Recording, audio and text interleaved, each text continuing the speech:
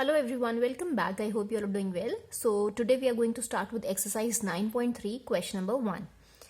Before this, if you haven't liked, shared or subscribed the channel, please do like, share and subscribe. Look at the question number 1. The question number 1 is, given a cylindrical tank, in which situation will you find the surface area and in which situation you have to find out the volume. तीन conditions आपको दे रखी हैं और आपको उसमें से यही बताना है कि कौन सी कंडीशन में आप सरफेस एरिया फाइंड आउट करोगे और कौन सी कंडीशन में आप वॉल्यूम फाइंड आउट करोगे. पहली कंडीशन आपको ये दे रखी है to find how much it can hold. अब एक सिंपल सी चीज समझो जो आपको ऑलरेडी आती है. मान लो दिस इज अ टैंक, ठीक है, ये टैंक है, this is a cylindrical tank. Fine. अगर हमें कुछ भी लिक्विड वगैरह पोर करना है इसके अंदर, ठीक है, कुछ भी, कोई कैसा भी लिक्विड हो, तो उसका मतलब आप समझ जाओ कि हमें वॉल्यूम फाइंड आउट करनी है. पर अगर हमें इसके सरफेस एरिया को पेंट करना है, ठीक है, या प्लास्टर करना है, कोई भी ऐसी चीज हो, फाइन, कोई डिजाइन बनाना है इस पर, तो उसके लिए हमें क्या फाइंड आउट करना पड़ेगा, हमें सरफेस एरिया फाइंड आउट करना पड़ेगा. क्लियर, इतनी सी बात आई समझ में. अब पहला स्टेटमेंट यही दे रखा है to find how much it can hold. It can hold मतलब उसमें आप कितना लिक्विड पोर कर सकते हो या कितनी आपका लिक्विड चीज उसके अंदर आ सकती है, ये ओवरऑल उन्होंने पूछा है. सो इसमें हम क्या फाइंड आउट करेंगे, सरफेस एरिया के वॉल्यूम. इसमें हम फाइंड आउट करेंगे वॉल्यूम. फाइन. सो फर्स्ट वाले पार्ट में ए में हम क्या फाइंड आउट करेंगे, वॉल्यूम. सेकेंड पार्ट में आपको दे रखा है number of cement bags required to plaster it. कितना सीमेंट बैग्स आपको चाहिए उसको प्लास्टर करने के लिए.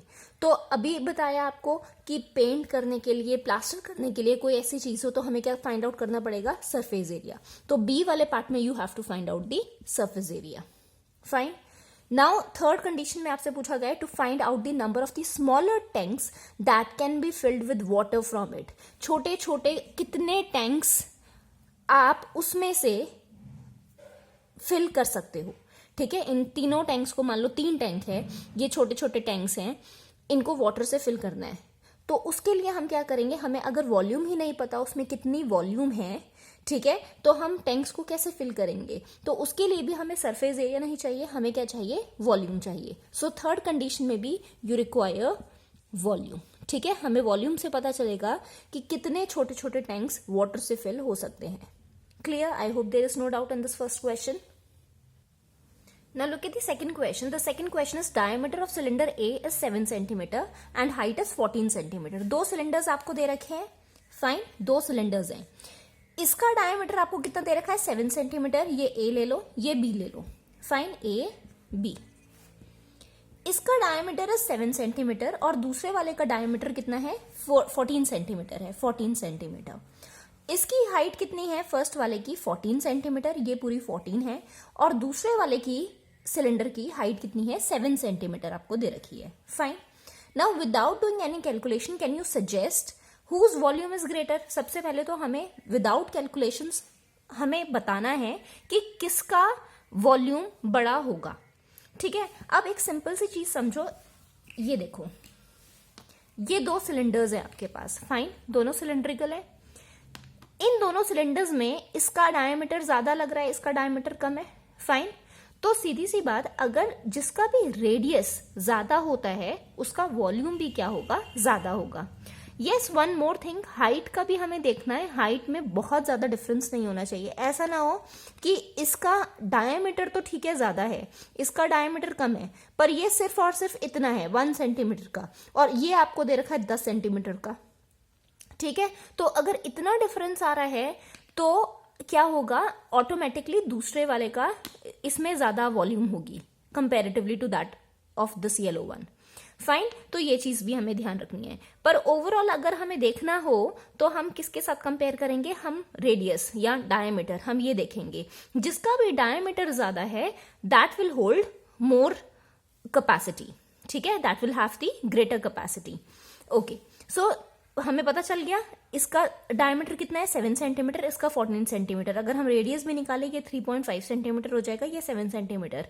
तो इसका रेडियस ज्यादा है comparatively to that of the A1, तो B will have the greater volume.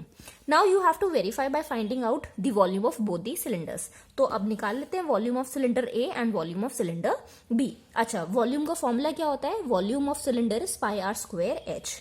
अब तक तो फॉर्मूलेज याद हो गए होंगे. So volume of cylinder ए निकालेंगे सबसे पहले।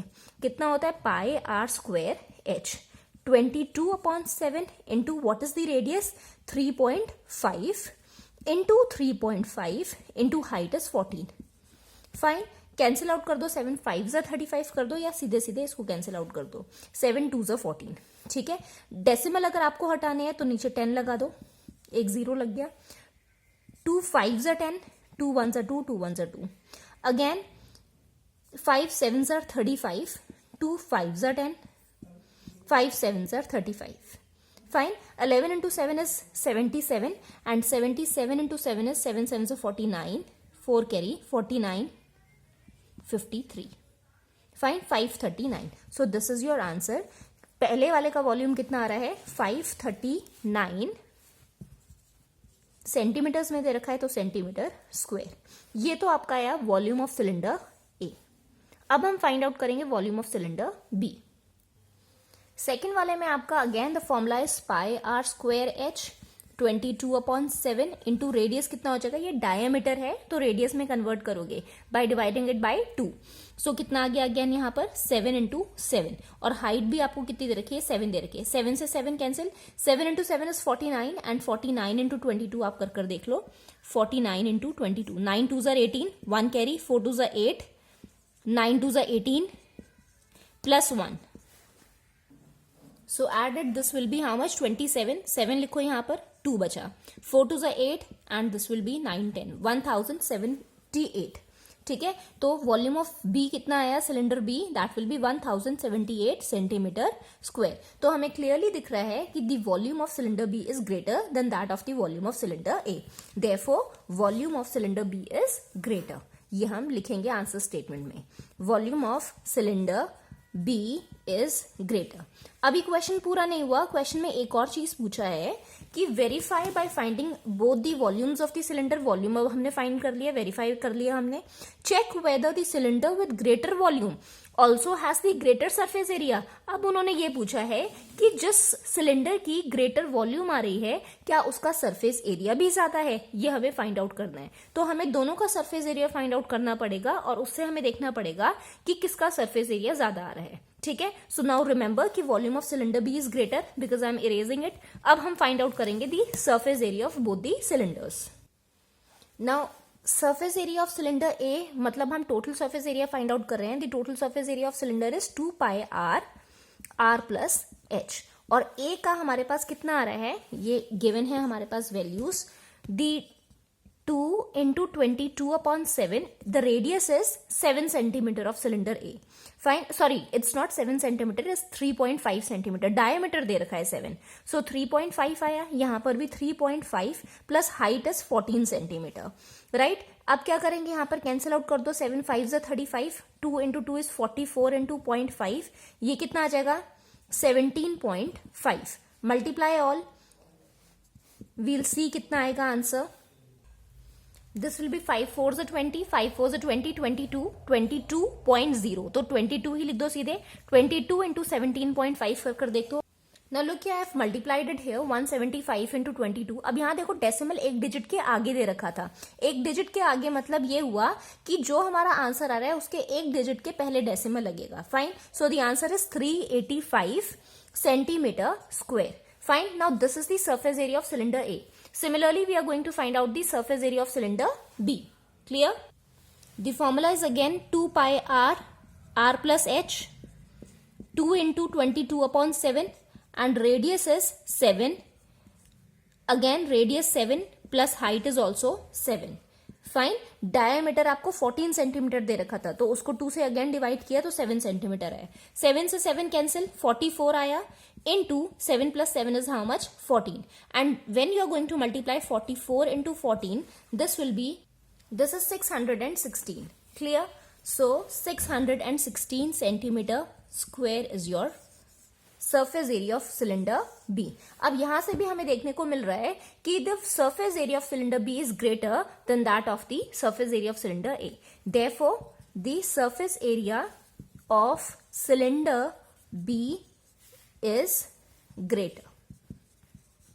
Clear? This you have to write it down. तो हमने क्वेश्चन में क्या पूछा गया था, एक वॉल्यूम पूछी थी, एक सरफेस एरिया पूछा था। उन्होंने पूछा था कि किसका वॉल्यूम ज्यादा आ रहा है, सिलेंडर ए का या सिलेंडर बी का, तो सिलेंडर बी का volume was coming greater. Similarly उन्होंने पूछा था कि जिसकी वॉल्यूम ग्रेटर है चेक करो कि क्या उसका सरफेस एरिया भी ज्यादा आ रहा है, तो सरफेस एरिया में भी हमने फाइंड आउट कर लिया कि यस उसका सरफेस एरिया भी ज्यादा ही आ रहा है comparatively to that of the cylinder A. Fine, I hope there is no doubt in this question. If you still have any kind of doubt, you can ask me in the comment section.